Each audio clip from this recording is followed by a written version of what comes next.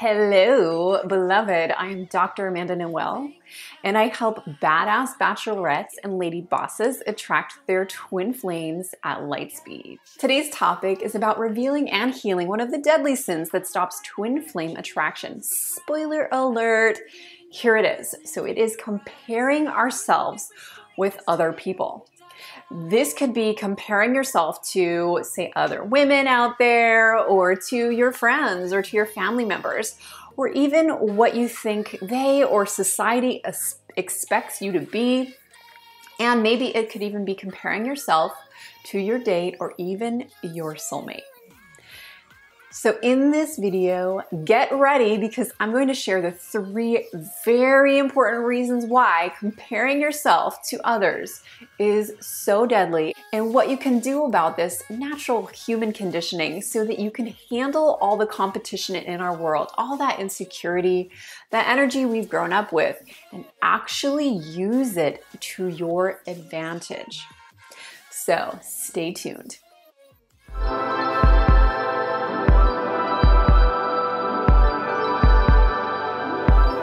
Do you wonder what your life would look like if you ditched the competition and comparing yourself with others from that ego space and you became the best version of yourself that was grounded in the divine energy of your ultimate beloved? Can you imagine what it would be like to align with your fullest self, your fullest power, instead of chasing after illusions, trying to live up to society's standards and unrealistic ideals of perfection? First, my sister, I want to ask you, are you a comparative person? Yeah, I said comparative, which is not in the dictionary, and I felt like I needed to use this word because it's slightly different than competitive. Competing means that we're in it. We're in that game. We're competing with others. We're comparing ourselves. Is a little bit different. It means that you're perhaps in the game, but you might not be. More likely, you're sitting on the sidelines, comparing yourself to those who are winning the game, who are killing it, or who are at least playing the game a little bit bigger than we are. So comparing ourselves, being comparative, is where, say, you're traveling to Europe and you're at this lovely cafe in Italy and all you're thinking about in that moment is how much style and beauty you're lacking and what you need to do to boost and compare yourself to these elite stylish beauties who invented fashion. Another example of comparatism would be going on a first date with someone and you're comparing yourself in your head to, you know, how much smarter was his last girlfriend or the other woman he dated? Are they more beautiful than me? Am I more beautiful than him? And you're assessing that situation, coming up with like a guess of whether or not he'll go for you based on these superficial things and what you need to do to live up to his score, his standards, and vice versa. Is he living up to your superficial list of all these things?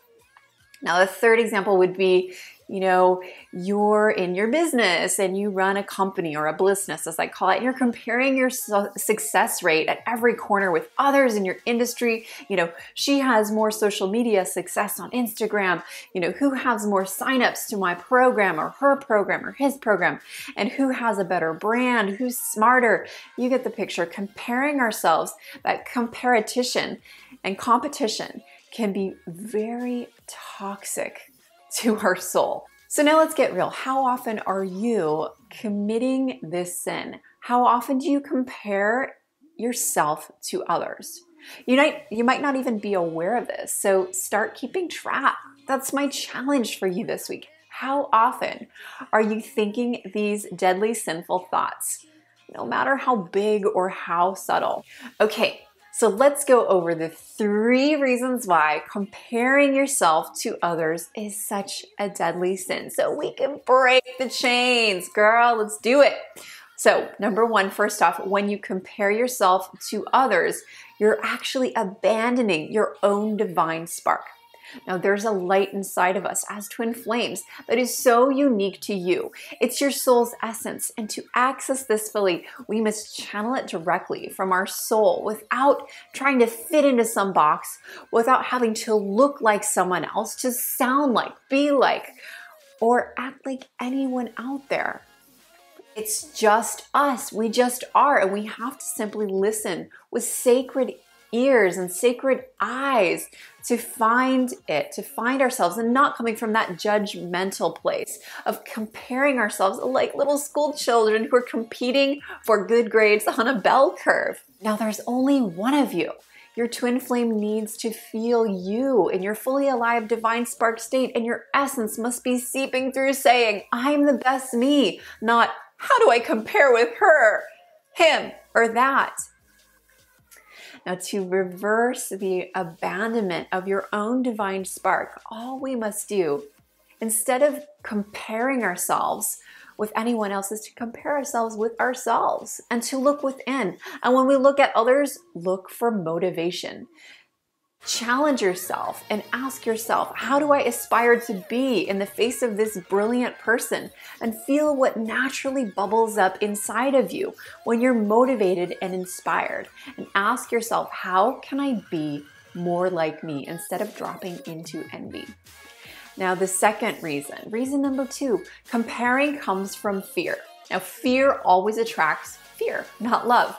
Thus, comparing ourselves will often lead to situations where we give our power away, where we're abandoned, and we attract circumstances where our divine spark isn't seen or honored.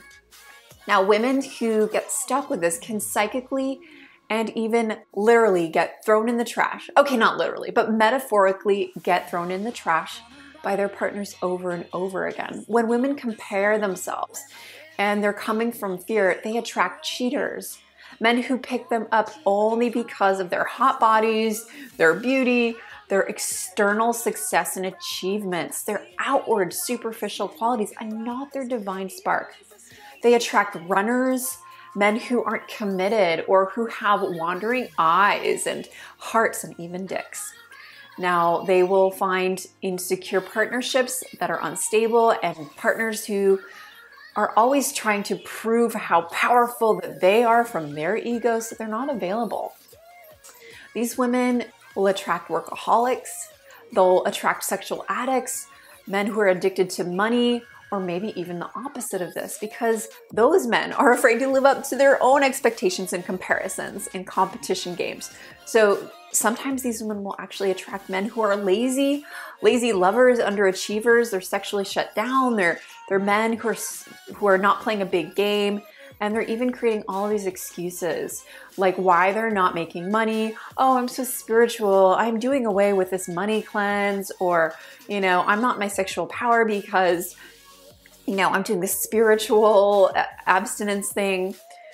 So many women who attract any of these types of men are finding these men through what I call the twin flame mirror.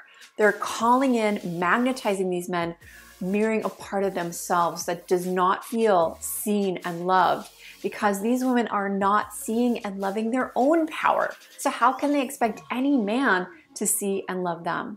They're getting stuck in the comparison. And to resolve this, these women simply need to ditch the fear by committing to loving thoughts. So we can state things like, I am good enough. I see and know my own power. I am totally unique, and I am irreplaceable. My unique gifts and medicine are needed in this world. And my favorite one, I am enough and a bag of chips. So this third reason, the number 3, is that we compare ourselves to others when we are coming from an inner saboteur.